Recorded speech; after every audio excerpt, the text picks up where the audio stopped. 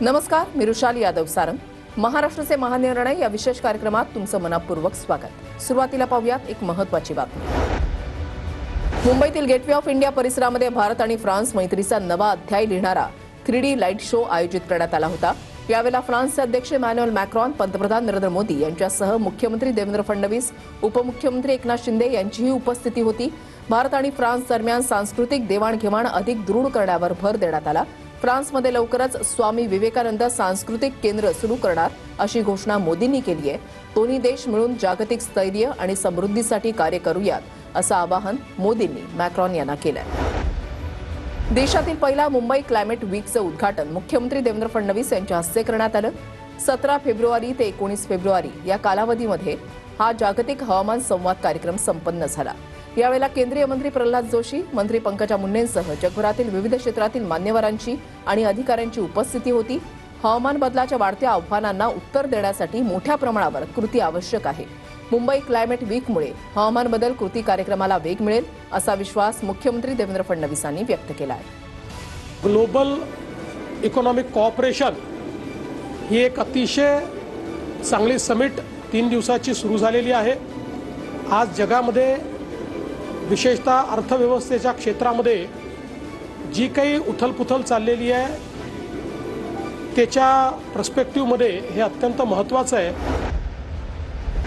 पहलगाममधील दहशतवादी हल्ल्यामध्ये मृत्यू झालेले पुण्यातील संतोष जगदाळे यांची मुलगी आसावरी जगदाळेंना शासकीय नोकरीमध्ये सामावून घ्या असे निर्देश उपमुख्यमंत्री एकनाथ शिंदेंनी पुणे महापालिकेचे आयुक्त नवल किशोर राम यांना दिलेत। दहशतवादी हल्ल्यामध्ये मृत्यूमुखी पडलेल्या नागरिकांच्या कुटुंबियांना आधार देण्यासाठी उपमुख्यमंत्री शिंदेंनी पुण्यातील जगदाळे कुटुंबियांची भेट घेतली होती। यावेळेला जगदाळे कुटुंबाचं सांत्वन करून या कुटुंबाला आर्थिक आधार मिळावा म्हणून आसावरी यांना शासकीय सेवेमध्ये सामावून घेऊ असं आश्वासन उपमुख्यमंत्री एकनाथ शिंदेंनी दिलं होतं।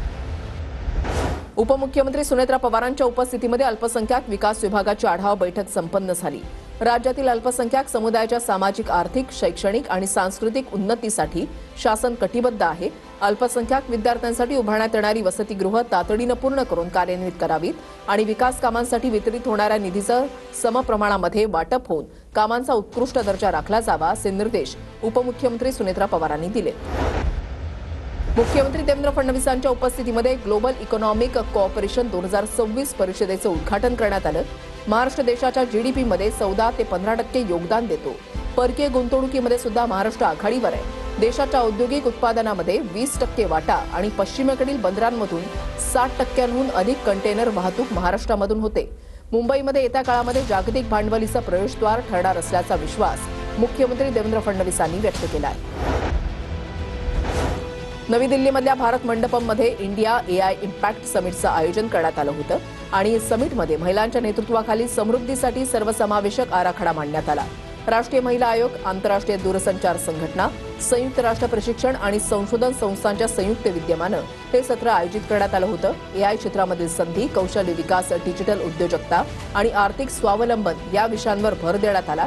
या चर्चासत्राचं उद्घाटन AI विषयावरील विशेष व्हिडिओ सादरीकरणाद्वारे करण्यात आलं। महाराष्ट्र लोकसेवा आयोगाच्या अध्यक्षपदाची विवेक भीमनवार यांना पद आणि गोपनीयतेची शपथ देण्यात आली। लोकभवनामध्ये राज्यपाल आचार्य देवव्रत यांनी शपथ दिली। यावेळेला मुख्यमंत्री देवेंद्र फडणवीस, उपमुख्यमंत्री एकनाथ शिंदेंची प्रमुख उपस्थिती होती। नवी मुंबई आंतरराष्ट्रीय विमानतळावर फेडेक्स हबचं भूमिपूजन करण्यात आलंय। विमानतळाच्या कार्गो टर्मिनलवर मुख्यमंत्री देवेंद्र फडणवीसांच्या हस्ते भूमिपूजन करण्यात आलंय। पुढील काळामध्ये फेडेक्स कंपनीमार्फत माल वाहतूक होणार आहे। फेडेक्स मार्फत जलद माल वाहतुकीला चालना मिळणार आहे। फेडेक्स ही जगातील नामांकित माल वाहतूक कंपनी असून याचा फायदा नवी मुंबई विमानतळावरून होणाऱ्या माल वाहतुकीला होणार आहे। नवी मुंबईच्या खारघरमध्ये हिंद दी चादर या भव्य कार्यक्रमाचं आयोजन करण्यात आलं आहे। 28 फेब्रुवारी ते 1 मार्च दरम्यान हा कार्यक्रम पार पडणार आहे। मुख्यमंत्री देवेंद्र फडणवीस यांच्या मार्गदर्शनाखाली या कार्यक्रमाचं नियोजन करण्यात येत आहे।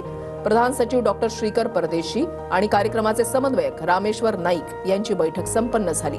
बैठकीतून सुरक्षा, वाहतूक, निवास, स्वच्छता, पाणीपुरवठा, लंगर सेवा आणि बस यासारख्या सर्व सुविधांची काटेकोर अंमलबजावणी करण्याचे निर्देश देण्यात आले। महाराष्ट्राचे महानिर्णय या विशेष कार्यक्रमात आता वेळ झाली इथेच थांबण्याची। नमस्कार।